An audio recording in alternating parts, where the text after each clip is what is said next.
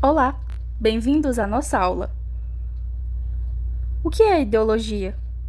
Partindo de exemplos, Karl Marx foi o primeiro a analisar a ideologia como forma crítica e política, relacionando-a diretamente com as relações de classe e dominação da sociedade capitalista. Chauí nos mostra, na tradição marxista, que a ideologia é entendida como uma falsa consciência, uma visão deturpada da realidade, que impede as pessoas de enxergarem as verdadeiras causas da desigualdade social. Quando um trabalhador acredita que não deve reclamar porque poderia estar pior, ele está reproduzindo uma ideologia que beneficia o patrão. Ele não percebe a sua exploração, porque foi ensinado a aceitar a desigualdade como algo justo. No nosso cotidiano, podemos perceber alguns exemplos. Pobre é pobre porque quer. Essas frases individualizam a culpa da pobreza, ignorando os fatores estruturais como desigualdade social, falta de acesso à educação e oportunidades. O Brasil é um país sem preconceito. A crítica de Chauí afirma que nega a existência do racismo, machismo e desigualdade social profunda, porque ela naturaliza a opressão e impede que a sociedade reconheça e enfrente os problemas. Todo mundo tem o que merece. Essa afirmação faz parecer que o sucesso ou o fracasso depende apenas do mérito individual, ignorando a desigualdade de origem. A política é coisa suja. Essa visão afasta as pessoas da participação política, o que beneficia quem já está no poder, desestimula a consciência crítica e mantém o poder nas mãos de poucos. Homem é assim mesmo. São frases como essa que naturalizam papéis sociais construídos historicamente, reforçam estereótipos de gênero como se fossem naturais ou biológicos. O que é ideologia? Marilena Chauí define ideologia como um conjunto de ideias, valores e representações que procuram ocultar as contradições da realidade social, naturalizando as desigualdades e mantendo a ordem estabelecida. Para a autora, a ideologia não é um erro de pensamento, mas uma formativa de dominação, que faz com que as pessoas aceitem como natural e justa uma realidade que é, na verdade, injusta e construída historicamente. Agora irei começar a falar sobre um tópico bastante interessante, sobre a ideologia como máscara e invisibilidade. Ao iniciar, quero destacar que para Marilena Chauí, a ideologia não é apenas um conjunto de ideias erradas ou distorcidas. Ela é, acima de tudo, uma forma de consciência social que encobre a realidade concreta, naturaliza desigualdades e torna os conflitos invisíveis aos olhos de quem vive dentro do sistema. A ideologia funciona como uma máscara social. Ela não mostra as contradições reais da sociedade, como por exemplo, como foi a luta de classes ou a exploração do trabalho, mas oferece uma visão harmoniosa como se tudo estivesse no lugar certo, como se as desigualdades fossem naturais e justas. É justamente por isso que Chauí chama a ideologia de uma forma de invisibilidade estruturada. Ela atua para que não vejamos o que realmente está acontecendo em nossas relações sociais e econômicas. Ideologia como forma de máscara e realidade. A ideologia, segundo Marx e por Chauí, ela inverte a relação entre ideia e realidade. Mas o que isso quer dizer? Bom, quer dizer que em vez de as ideias nascerem da realidade, elas passam a ser acreditadas que, na realidade, ela é uma consequência das ideias. Por exemplo, acreditamos que a liberdade do trabalhador é uma realidade, mas esquecemos que essa liberdade é condicionada. Ele só é livre para vender sua força de trabalho e muitas vezes em condições injustas. Essa inversão funcionou como um véu. A ideologia encobre a exploração e desigualdades como se fossem consequência da natureza humana ou da própria vontade divina, e não como se fosse de um processo histórico e social. Chauí mostra que, especialmente no sistema capitalista, as relações econômicas aparecem de forma distorcida. Por exemplo, a mercadoria parece valer por si só, mas, na verdade, ela esconde a exploração do trabalho humano. O valor da mercadoria vem do tempo de trabalho não pago, o que Marx chama de mais-valia. Assim, a ideologia esconde que há exploração por trás do que parece natural. Invisibilidade dos mecanismos ideológicos. Um dos pontos mais poderosos da análise da Chauí é mostrar que a ideologia não é visível nem evidente. Pelo contrário, ela age justamente para se tornar invisível. A ideologia faz com que vejamos o mundo como ele se parece, e não como ele realmente é. Isso ocorre porque ele transforma as aparências em verdades. A sociedade passa a ser percebida como estável, imutável e justa, quando na verdade ela é resultado de conflitos históricos e sociais muito profundos. Por exemplo, o trabalhador parece vender sua força de trabalho livremente no mercado, como qualquer outro negócio, mas como Chauí explica, com base em Marx, essa liberdade ela é ilusória. Ele só escolhe, entre muitas aspas, trabalhar, porque precisa sobreviver. A ideologia faz com que isso pareça natural, necessário e até mesmo justo. Os mecanismos ideológicos se tornam tão normalizados que deixam de ser questionados. Por isso, a ideologia não apenas mascara a realidade, mas naturaliza isso, que é histórico, e torna invisível, mas aquilo que foi construído por relações de poder. Relação entre ideologia e poder. A ideologia, ela não é neutra. Ela está profundamente ligada ao poder. Shaui nos mostra que ela é uma ferramenta para a manutenção da dominação. Ela é legítima à estrutura social, política e econômica, servindo aos interesses das classes dominantes. Um exemplo interessante que ela aborda é o do próprio positivismo, que defende que apenas os sábios, os técnicos e os cientistas têm a capacidade de governar. Isso cria uma espécie de tecnocracia, uma forma de poder baseada no conhecimento técnico. O saber deixa de ser algo coletivo e passa a ser instrumento de controle social. Assim, o poder é exercido não apenas pela força, mas também pelo meio das ideias. Quando a população acredita que certas desigualdades são naturais, quando ela acha que não tem direito à política porque não entende, ela aceita sua posição subordinada como legítima. Isso é ideologia funcionando em favor do poder. Falsa neutralidade de ideologia que naturaliza desigualdades. Um dos disfarces mais eficazes da ideologia é o da neutralidade. A ideologia se apresenta como científica, técnica, objetiva, como se estivesse apenas descrevendo a realidade, quando na verdade ela está justificando e reproduzindo outras desigualdades.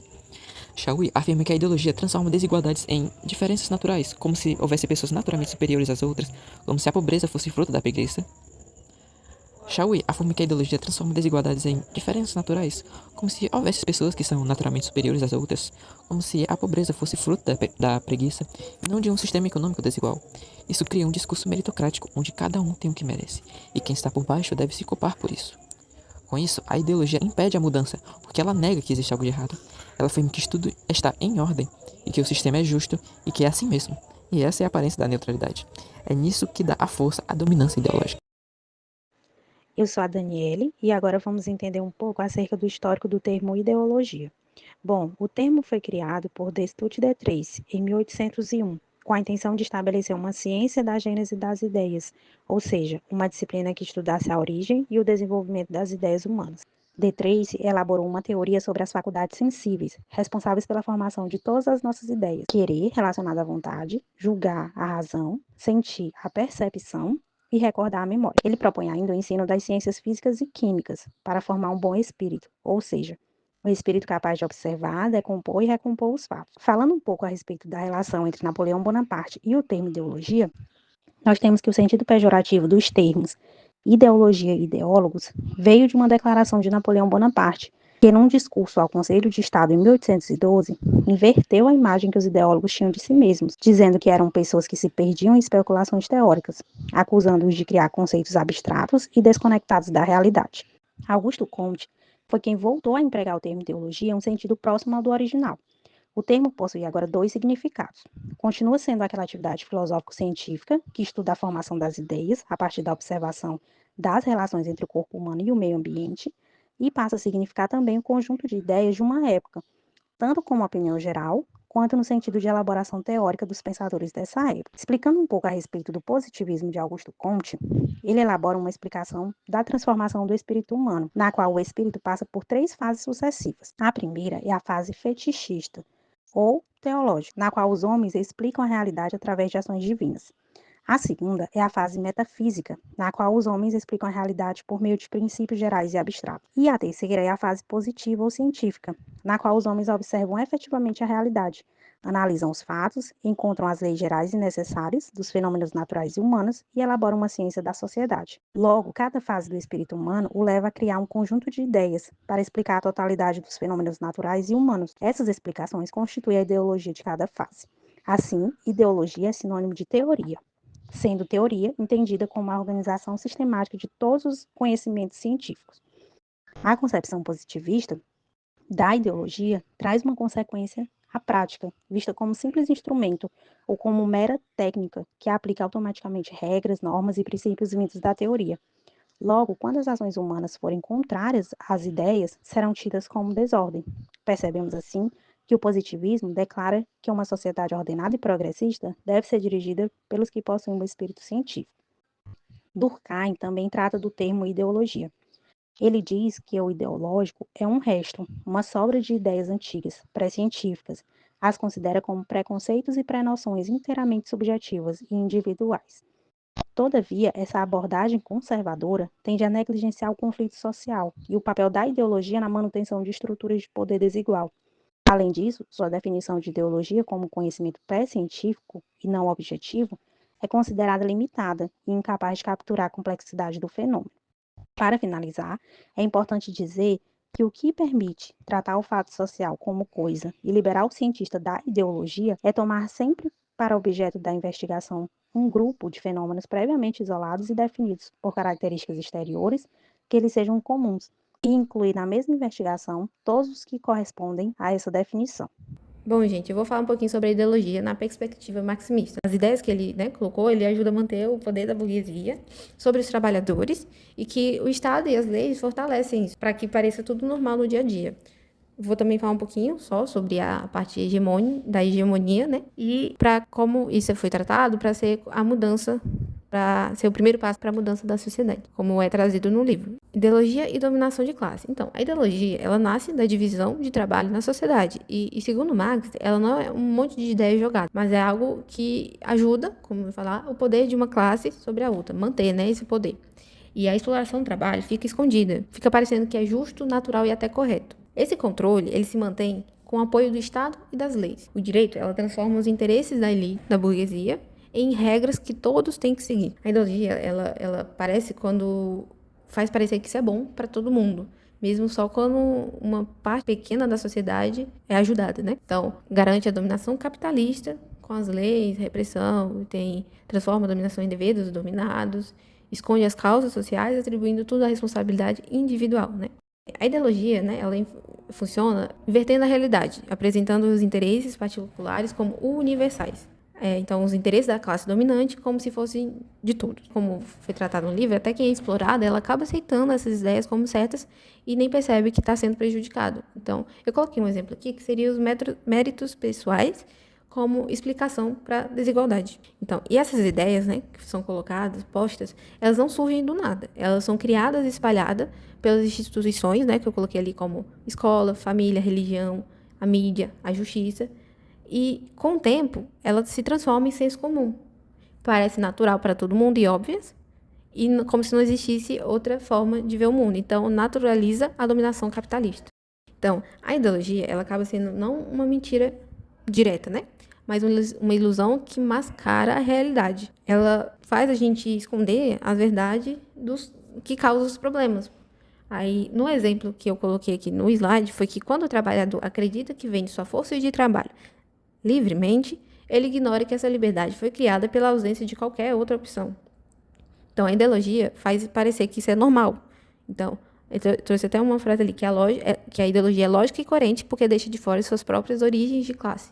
O Gramsci, ele chama a hegemonia é quando até quem é explorado repete as ideias de quem estão no poder. Então, no livro foi tratado esse exemplo de quando alguns movimentos feministas pedem liberdade como base no direito ao corpo como propriedade privada, né? E, sem perceber, eles acabam usando o mesmo discurso liberal que sustenta o sistema capitalista, que elas querem combater. Então, mesmo que seja uma visão do Marx trazida no livro, não é universal. Então, mesmo quem luta contra as opressões, às vezes repete ideias dominantes. Então, no fim das contas, né, no fechando que foi trazido, né, pelo livro, é que a ideologia é uma forma de esconder a luta de classe, transforma algo que é natural, aquilo que é histórico e político, até mesmo social, e entender a ideologia, né, passa para enxergar as desigualdades e realmente, de fato, lutar por uma sociedade mais justa. Então, o desafio é revelar o que está por trás da aparência.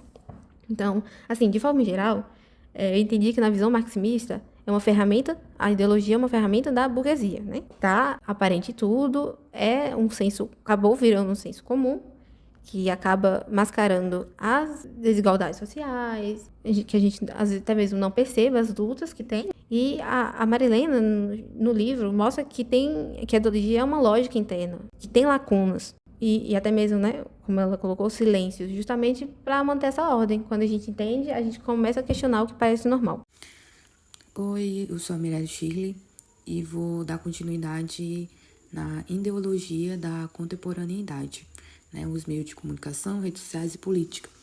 Temos 3 tópicos: o controle da mídia, jornais, TV e rádio, reforço da ideologia neoliberal e as redes sociais. Bom, a mídia, que está incluído jornais, TV e rádio, é controlada por grandes grupos que escolhem o que vamos ver e pensar.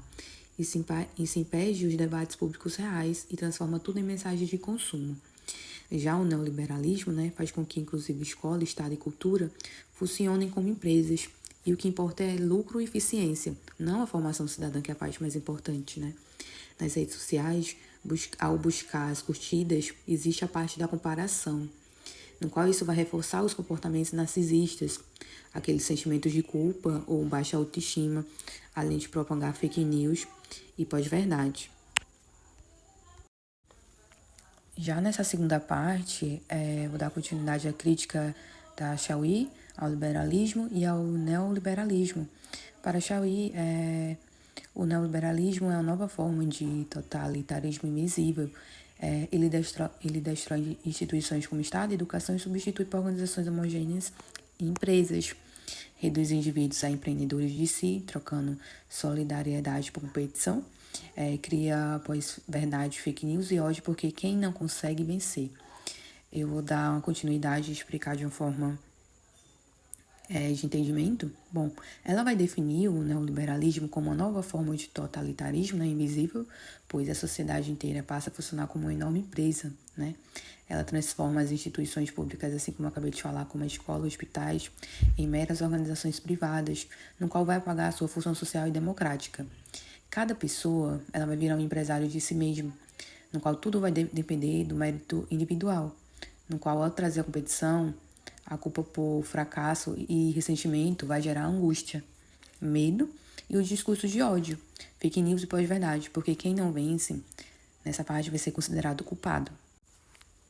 Bom, nessa terceira parte, temos o tópico a educação e consciência crítica como resistência, a educação neoliberal e a educação crítica, né, que ensina e questiona narrativas, percebe ideologias por trás do que se apresenta e luta por mudança. Bom, a educação neoliberal, né, ela adestra não forma os pensadores, né? Ela ensina a seguir regras do mercado e não a questionar o mundo, né? Uma educação crítica, ela já vai reconhecer como as ideias são construídas, questionar narrativas dominantes e lutar por mudança. Em um mundo dominado pelo neoliberalismo, é urgente uma educação que liberte, que ensina a autonomia e a ação coletiva, né? E não a padronização e a obediência, como aqui é visto. Nessa última parte, eu tenho uma síntese dos temas, que eu dividi em duas partes, a desigualdade e o neoliberalismo, as redes sociais, narcisismos e ambiente de fake news, e a educação crítica, né, como formar pensadores, não os consumidores. Bom, nessa parte da desigualdade e o neoliberalismo, a Chauí mostra que ele constrói a ideia de que a desigualdade é culpa de quem não se esforça e não o problema social estruturado. Isso vai naturalizar injustiças como a pobreza, a falta de moradia, a discriminação racial de gênero, né? E são vistas como resultados de preguiça, incompetência ou falhas individuais. Já a parte das redes sociais, o narcisismo e o ambiente de fake news, né? Ela fala sobre a nova subjetividade nas redes, como a narcisista e depressiva, né? A pessoa ela vai viver por curtidas. Se não for vista, é como se ela não existisse. Isso vai causar uma insegurança e angústia nessa pessoa. Esse ambiente emocional fragilizado vai facilitar a propagação de fake news, discursos de ódio. E já na parte da educação crítica, ao formar pensadores e não consumidores, né, diferente da educação do mercado que adestra para a competição, a educação crítica ensina a questionar, refletir e resistir. E a escola deve combater a naturalização da desigualdade, no qual formar cidadãos que percebem como narrativas dominantes são construídas e influenciam bastante o mundo em que vivemos.